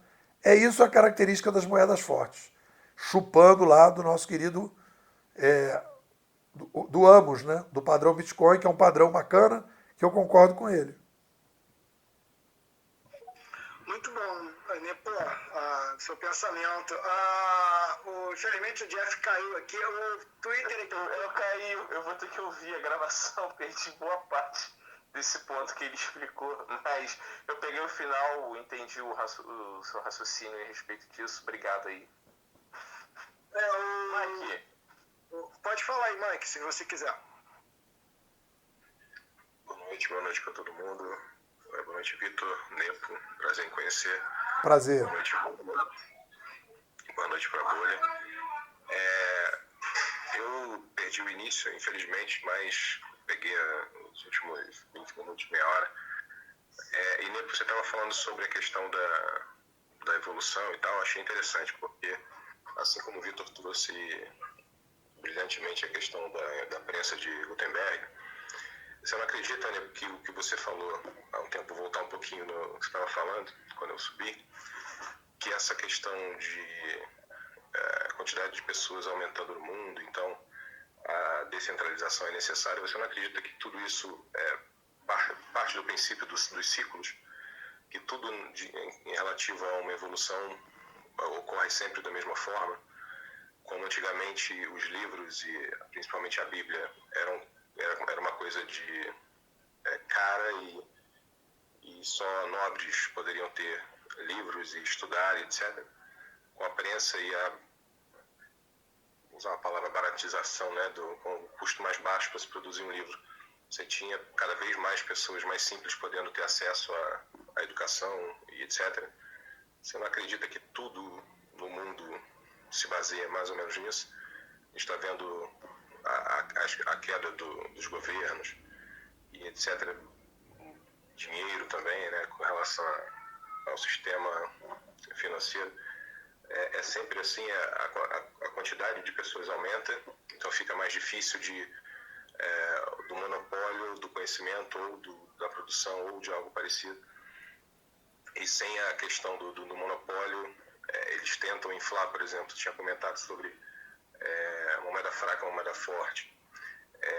Eles aumentam, tiraram o PEG do ouro, por exemplo, eles aumentam a questão da moeda fraca justamente para que a massa, né, a maior parte ainda continue inflando de forma artificial, né, essa quantidade de dinheiro, dizendo que não vale mais, compre mais, que não sei o quê.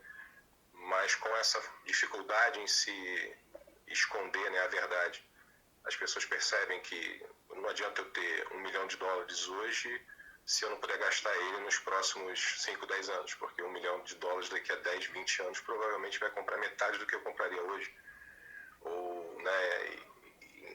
Então seria mais ou menos isso. É sempre uma evolução baseada nessa máxima, né, de você ter cada vez mais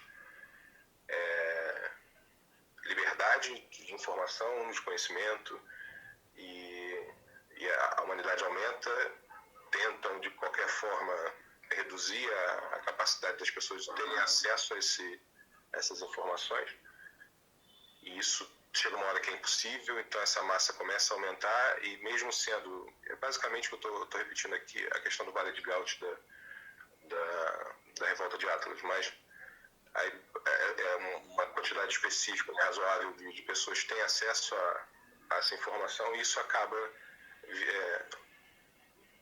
como um rastilho de pólvora, né? É distribuído de forma muito abrangente e não tem mais como segurar. E aí quebra-se uma hegemonia ou algo que já era há muito tempo batido o martelo como sendo uma coisa definitiva, e algo novo se torna o padrão, justamente pelo conhecimento, etc. Assim como está acontecendo na parte da economia, etc. Só deixar um recado aí para o pessoal, quiser fazer pergunta, sobe aí, pede o microfone e vamos bater um papo aí.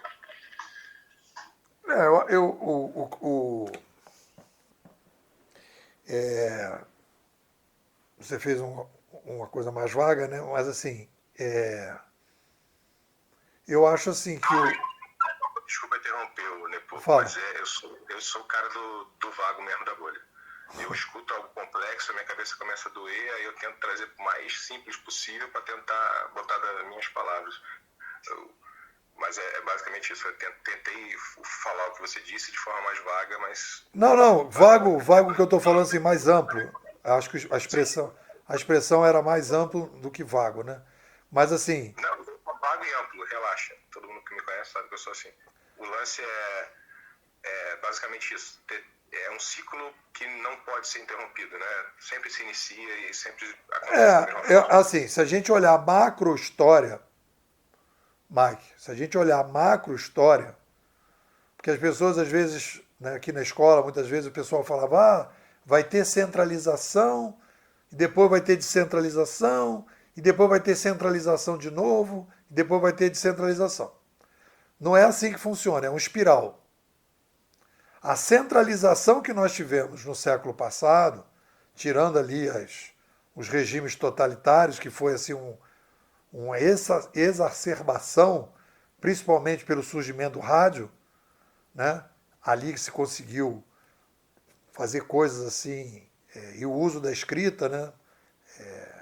Se conseguiu ali determinados tipos de regimes totalitários, mas de maneira geral teve uma centralização natural, porque o aumento populacional tem dois caminhos. Ou você cria uma nova mídia e descentraliza, ou você então cria uma mídia que centraliza para resolver o problema. Porque as pessoas precisam ou ser massificadas ou ser originalizadas. Se elas... porque o que acontece? Se eu não tenho capacidade de originalizar as pessoas, de produzir produtos e serviços customizados, eu tendo a massificar a cabeça das pessoas. É um processo sistêmico. E aí então você entra na centralização. Foi o que aconteceu aí no século passado. A gente tem que entender que a gente está saindo dessa crise. E não é uma crise que as pessoas jogam pedra, né? É uma crise do cooperativismo smithiano. Não. É o mérito do cooperativismo smithiano que permitiu chegar a 8 bilhões, que vai nos levar agora para um novo ciclo de descentralização. Então, as descentralizações, elas são em espiral, na macro história, tanto que as revoluções de mídia são muito raras. Elas demoram muito tempo. Agora elas podem ser mais curtas, mas elas demoram muito tempo. Então, nós estamos indo agora, né? E não é só eu não chamo de evolução, né? Eu chamo de um processo de inovação. Porque a evolução da ideia de que a gente está melhorando. Não necessariamente melhorando. Ter 8 bilhões de pessoas é algo muito legal porque deu a oportunidade de 8 bilhões de pessoas existirem. Mas os problemas que 8 bilhões criam são problemas gigantescos. Vocês terem uma noção, né, em termos de número, nós tínhamos em 1800 1 bi. 1 bilhão. 220 anos nós saímos para 8 bi. Então crescemos 8 vezes em 220 anos. É o maior crescimento populacional da história do Sapiens. No Brasil, nós saímos de 30 para 210 em 120 anos. Então nós crescemos 7 vezes em 120 anos. Se a gente botar isso em prato de comida, para a gente fazer uma medição de complexidade simples, no mundo nós saímos de 3 bilhões de pratos de comida por dia para 24 bilhões de pratos de comida todos os dias. E no Brasil nós saímos de 90 milhões de pratos de comida para 640 milhões de pratos de comida. Só que nós temos uma complexidade que não é a complexidade objetiva. Você tem a complexidade subjetiva. Cada pessoa tem um par de sapato diferente, um tamanho de calça diferente, um óculos diferente, mora em lugares diferentes, tem gostos diferentes. O cara gosta de meia azul, o outro gosta de meia amarela. Então, a produção de tudo isso é de uma complexidade gigantesca. O cara da sapataria, o cara que produz sapato, ele vai fazer quantos sapatos 43? Quantos 42? Quantos 41? Qual é o estilo para poder acertar?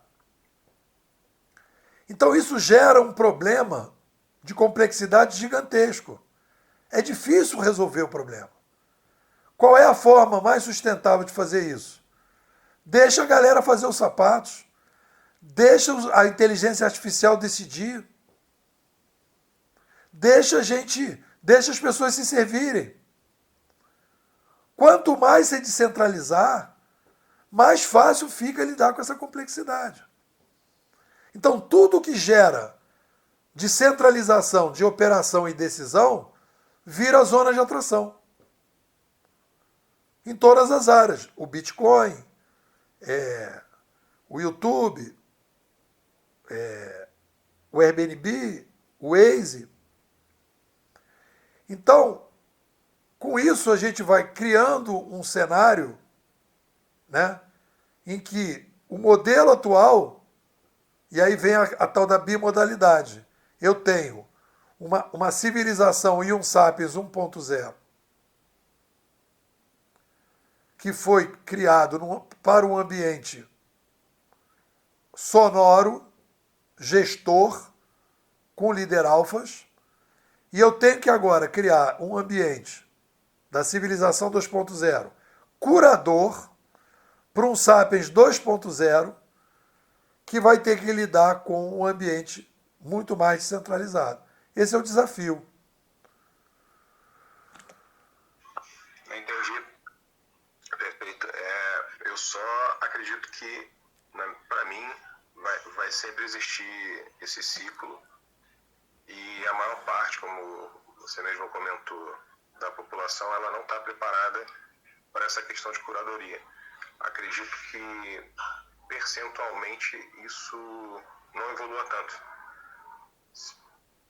Praticamente, para conseguir a ideia que você tem, você teria que ter uma quantidade grande de pessoas alterando sua forma de pensar e agir. Como você disse, a gente saiu de um Homo sapiens, né, de um sapiens que precisaria de um alfa, um líder, etc. E agora a gente está indo para um caminho onde a pessoa tem que fazer sua própria curadoria. Eu não acredito que a maior parte da população esteja preparada, muito menos a que está vindo. Tenho um certo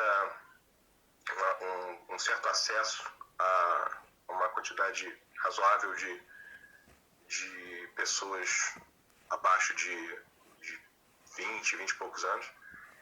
E o que eu vejo é que elas não estão evoluindo.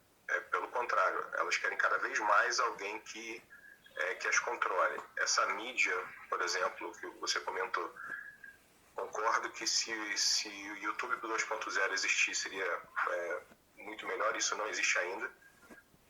Uma rede social que também seja dessa forma, o Nostr é o início, também ajudaria. Agora, e o que eu vejo, na verdade, é novamente uma tentativa de centralização. Isso algumas pessoas percebem, mas não falam muito sobre isso, né? BlackRock e o pessoal que tem dinheiro vai estar sempre tentando utilizar a grande massa que não está preparada. Eu sei que o caminho da bolha aqui, e eu concordo, é tentar atrair o máximo de pessoas possível para que a gente atinja Acho que caiu. Não, estou aqui. Beleza. Então, assim, eu acredito que o máximo que a gente conseguir retirar e criar uma massa maior possível, a gente pode tentar evitar isso. Mas, na minha opinião, é cíclico, porque você tem sempre uma quantidade muito grande. Eu vejo 80%, talvez 90% da população 100% focada em buscar um salvador, em buscar um sistema de controle na qual ela se sinta confortável. Ela prefere abandonar a liberdade e a descentralização, que é basicamente a mesma coisa.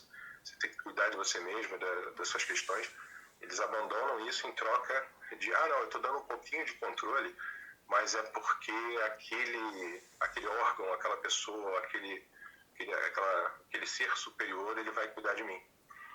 Infelizmente é isso que eu vejo. Eu posso colocar aqui tanto esquerda quanto direita.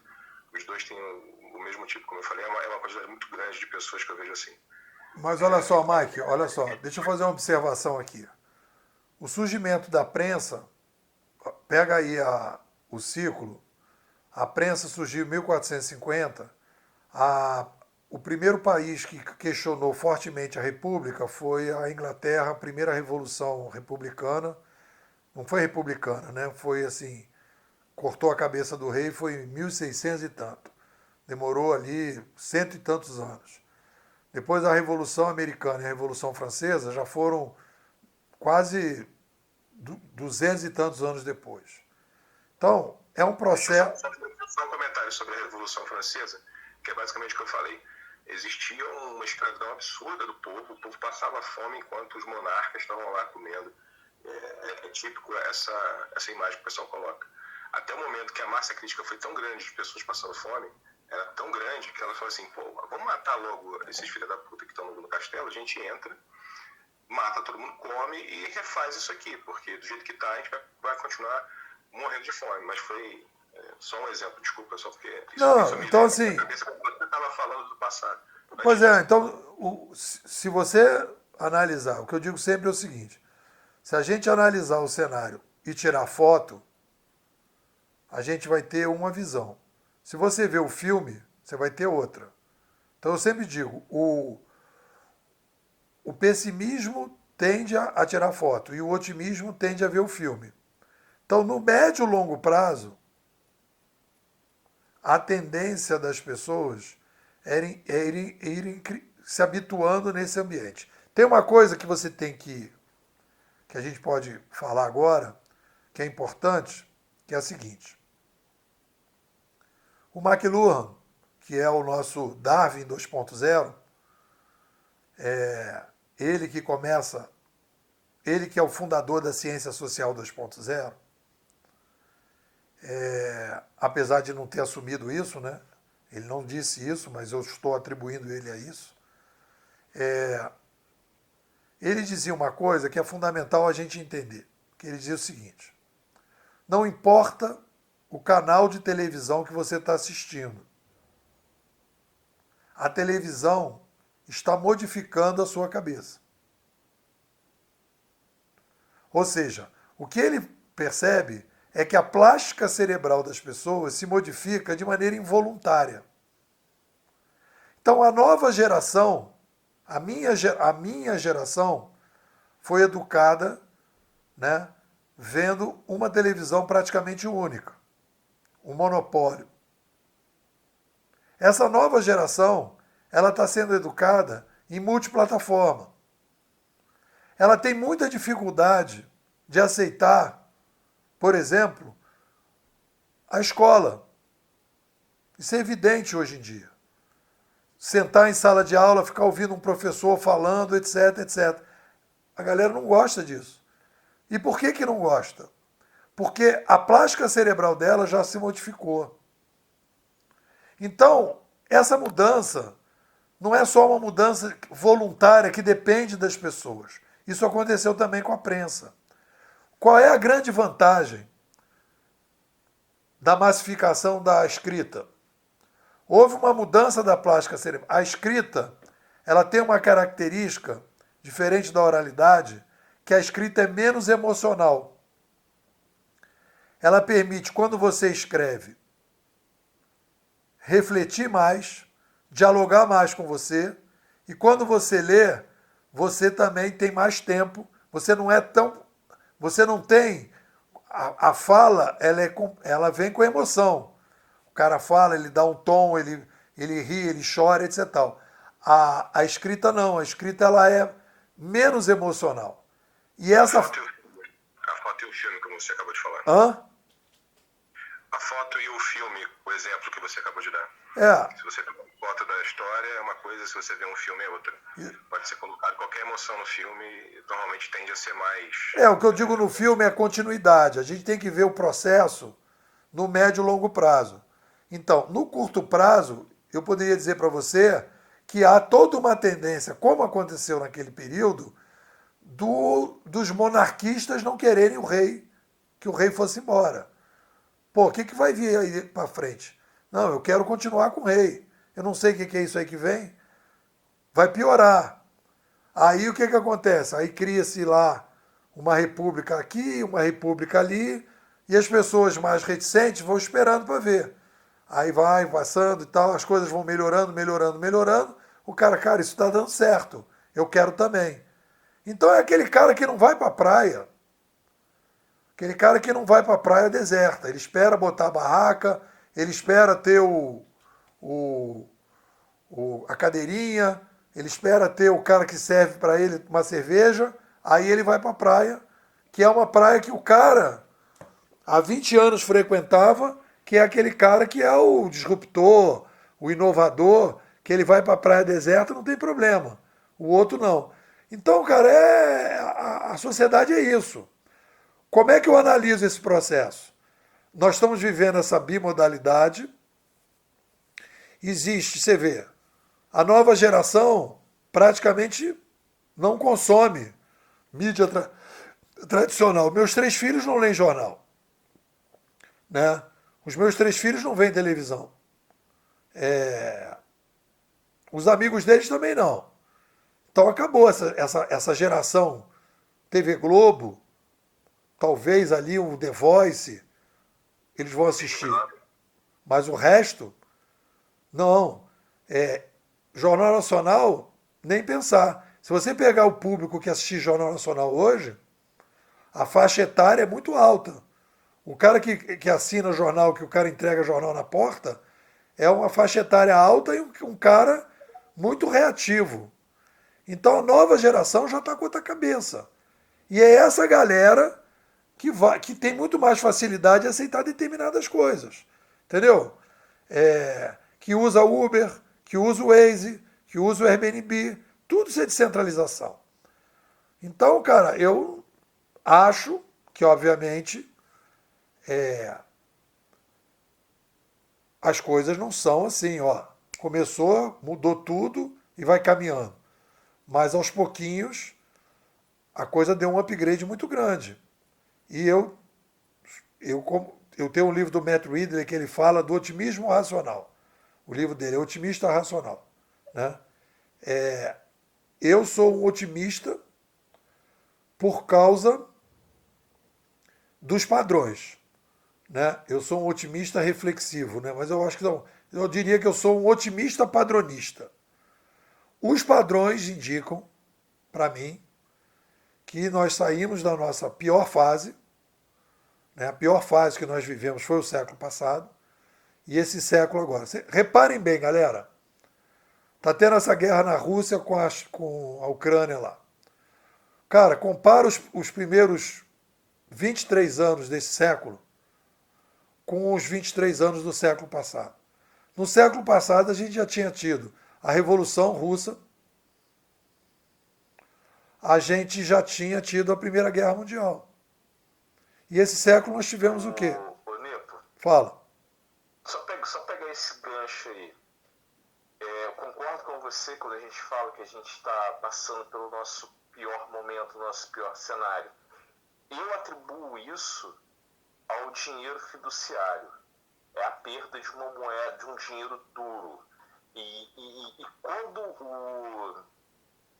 a gente como espécie, a gente rompe com um bom dinheiro, quando a gente sai da Belle Époque, e o experimento do dinheiro fiduciário, como a gente conhece ele, é a era da guerra total. E isso é uma tese minha, tá? Acho que quando olharmos para trás, o experimento da moeda fiduciária vai ser uma das coisas mais absurdas que a humanidade já concebeu. Semelhante ou até pior do que a própria escravidão. Deixa eu fazer Cara, as pessoas nem se dão conta do quão são escravas pela dívida. Jeff, tá me ouvindo? Sobre o que você falou, concordo plenamente. Eu só acho que foi depois de ter um lastro na moeda é que esse cenário absurdo começou a acontecer. Quando virou, tipo, a gente pode fazer o que a gente quiser, imprimir o quanto a gente quiser e manipular da forma que a gente quiser, é que realmente isso se tornou pior do que era no início. E para fechar, eu tô com a linha temporal dele. E aí a gente brincando que a gente conversou na última quinta, tipo, dentro do que ele falou, é muito cedo. É extremamente cedo. Eu tô com a linha temporal dele. Eu acho que o que está surgindo agora, principalmente para quem é entusiasta do Bitcoin, isso ainda vai reverberar muito lá na frente, talvez nem vejamos. Mas estamos construindo em algum grau. Eu diria o seguinte, só para colocar, a crise, o pior da crise foi o século passado. Eu diria que o início do século começou uma nova maré, né? Uma nova fase, uma nova etapa. Então, hoje nós temos uma bimodalidade civilizacional e no século passado nós não tínhamos. A gente tinha bimodalidades dentro do mesmo ambiente civilizacional. Hoje nós temos uma bimodalidade civilizacional. Pode só ampliar para a gente aí essa bimodalidade Eita, me ajuda aí. Civilizacional. Obrigado, civilizacional. Qual é essa bimodalidade? Olha só, eu tenho formiga e lobo. Eu tenho o YouTube, que é formiga, e eu tenho o Netflix e a TV Globo, que são lobo. Eles controlam o acervo e o YouTube não controla. Ou controla muito menos, né? Exponencialmente menos. Então, eu tenho o Airbnb e eu tenho os hotéis. Eu tenho o Uber e a cooperativa de táxi. Então, a bimodalidade está aí. E ela é civilizacional porque são dois modelos de cooperação diferentes. Eu poderia dizer que mesmo, digamos, que você vai dizer, o modelo... Pergunta de estagiário. Essa bimodalidade, ela não necessariamente é dualidade? Ideias opostas o tempo todo ou não? Não, ela não é oposta, porque ela não são... Não, ela não é oposta. Porque ela não é assim. Quando você tem uma oposição, digamos assim, frio e quente. Mas se é isso, logo não é aquilo. Não, assim, frio e quente. Eu boto o iogurte na geladeira, estava quente. Eu acabei de fazer o iogurte. Aí estava quente. Aí quando eu botei na geladeira, ele ficou frio. Quando eu tirar da geladeira, ele ficou quente de novo. Então são dois estágios que não se modificam, quente e frio. O que nós estamos vivendo é um espiral. Não é uma coisa centralizada e descentralizada. É um espiral. A curadoria nunca existiu. É a primeira vez que a gente está experimentando a curadoria. Porque a gente nunca teve uma mídia que permitia a gente criar a curadoria. Agora a gente criou a curadoria. Então é uma bimodalidade civilizacional. Não é uma evolução, é uma inovação civilizacional. Nós não estamos melhorando. Não há uma melhoria. Há uma inovação. Dentro do contexto de ter 8 bilhões, a gente vai ter que fazer isso. Se, por exemplo, se acontecer, por acaso, uma pandemia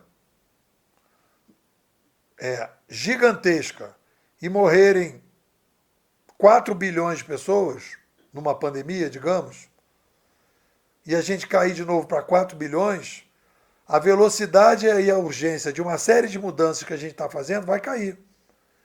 Porque a gente tem a urgência por causa dos 8 bilhões, para resolver os problemas que a gente tem. Então, assim, quando você diz, a pior coisa que aconteceu no mundo foram as moedas manipuladas do século passado. Também é mais um sintoma, não é o único sintoma.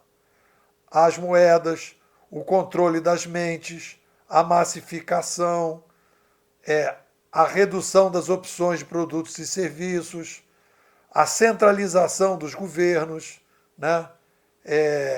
A centralização da ciência, por exemplo, uma ciência voltada para ela mesma, a criação da ciência pura, ou seja, a ciência pura é aquela que o cara fica viajando na maionese na Torre de Marfim. E a ciência impura é aquela que eu tento resolver o problema das pessoas. Isso é impuro. Então, cara, esses absurdos todos aconteceram, tá entendendo?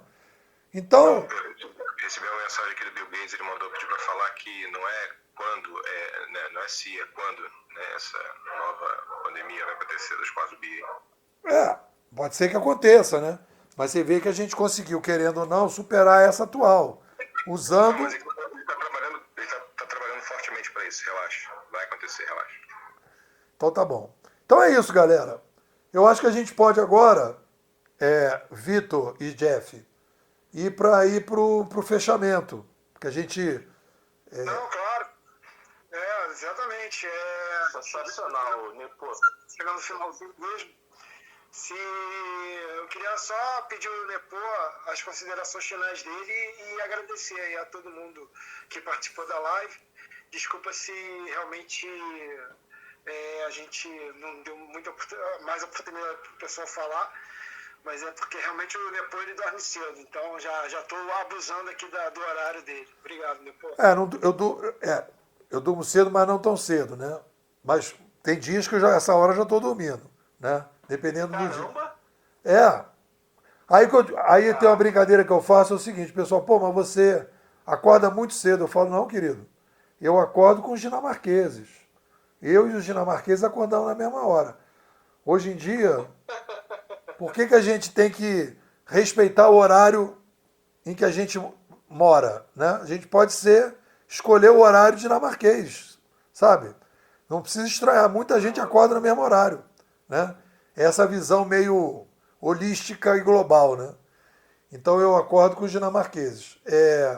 Cara, achei muito legal o nosso papo, gosto muito, me identifico muito com essa galera, né, de vocês e tal, né, que esse pessoal descentralizador, acho que precisa, né, a gente precisa ter bases científicas, padrões mais consistentes, para que a gente possa liderar essas mudanças que estão acontecendo, mas de maneira mais ampla.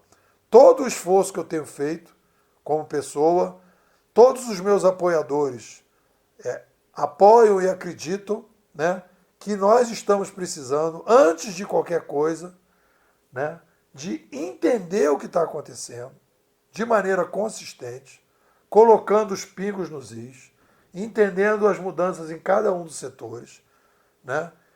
Tendo uma visão global, tendo uma visão de médio e longo prazo, para a gente não ficar pessimista, compreendendo que o pior da civilização já passou.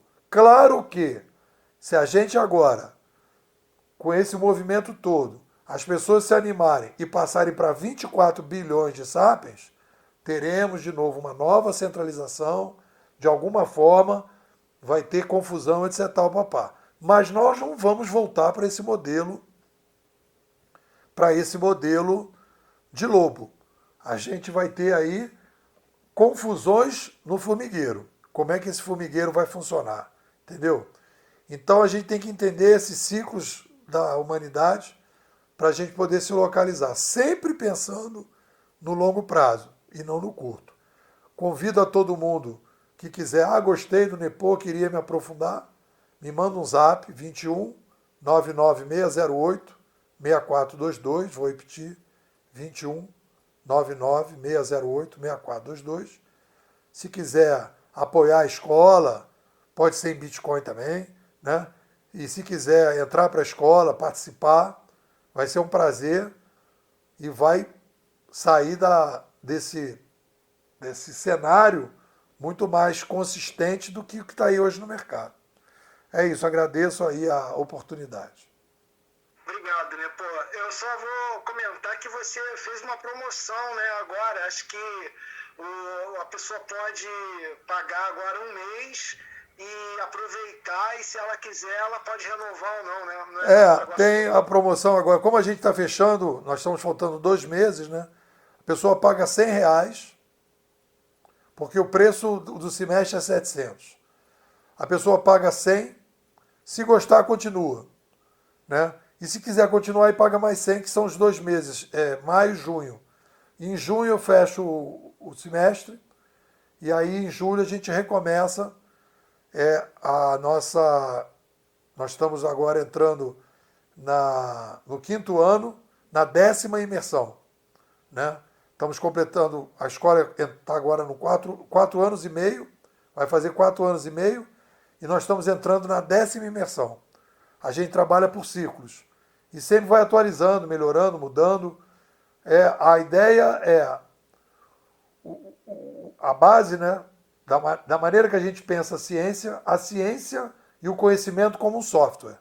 Quando o cara fala para mim, depois eu acho que isso aí que você está falando não tem a ver, e eu falo assim, cara, eu acho que eu estou com um bug mesmo. Deixa eu arrumar esse bug. Aí eu vou atrás do bug, né? Então eu penso o conhecimento como um software. Tem bug. Tudo tem bug. Então, se me apresentar um bug e eu achar que realmente não está funcionando, a gente vai lá e conserta. Adorei essa analogia. Muito boa. É isso aí. Excelente, parabéns, valeu pela aula. Né? É isso aí, galera. Você dorme cedo, aí você vem, cospe aqui 1 milhão de reflexões interessantes, de propostas, de visões de mundo interessantes. Aí você vai dormir cedo enquanto a gente fica aqui processando, aqui tentando assimilar tudo. Obrigado. É isso aí. Não, legal. Eu acho que é muita coisa mesmo. É um trabalho, são quase de conceituador aí uns 15 anos, né? Então é uma bagagem grande e realmente, e o que acontece é que eu não faço esforço de ficar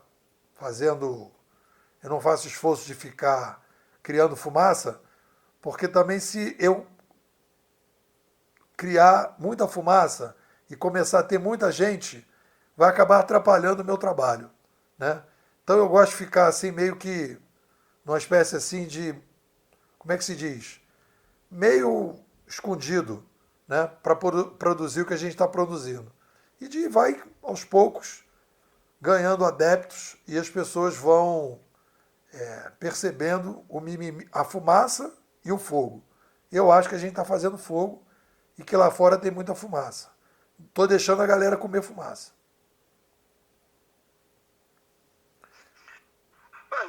Valeu, galera. Muito obrigado mesmo. Foi uma aula. O pessoal vai ter que depois... Eu vou distribuir esse áudio aí. O pessoal vai ficar degustando todo esse pensamento. Foi um prazer enorme ter você aqui com a gente. Muito obrigado, Leopoldo. Prazer foi meu, galera. Agradeço. Valeu. Galera, eu vou fechar essa sala. Se o Jeff quiser abrir uma sala para comentar alguma coisa, ele abre a sala aí, porque o meu aqui já bugou. Tá? Eu estou aqui segurando as pontas aqui para a sala não fechar. Por isso que vou fechar ela agora.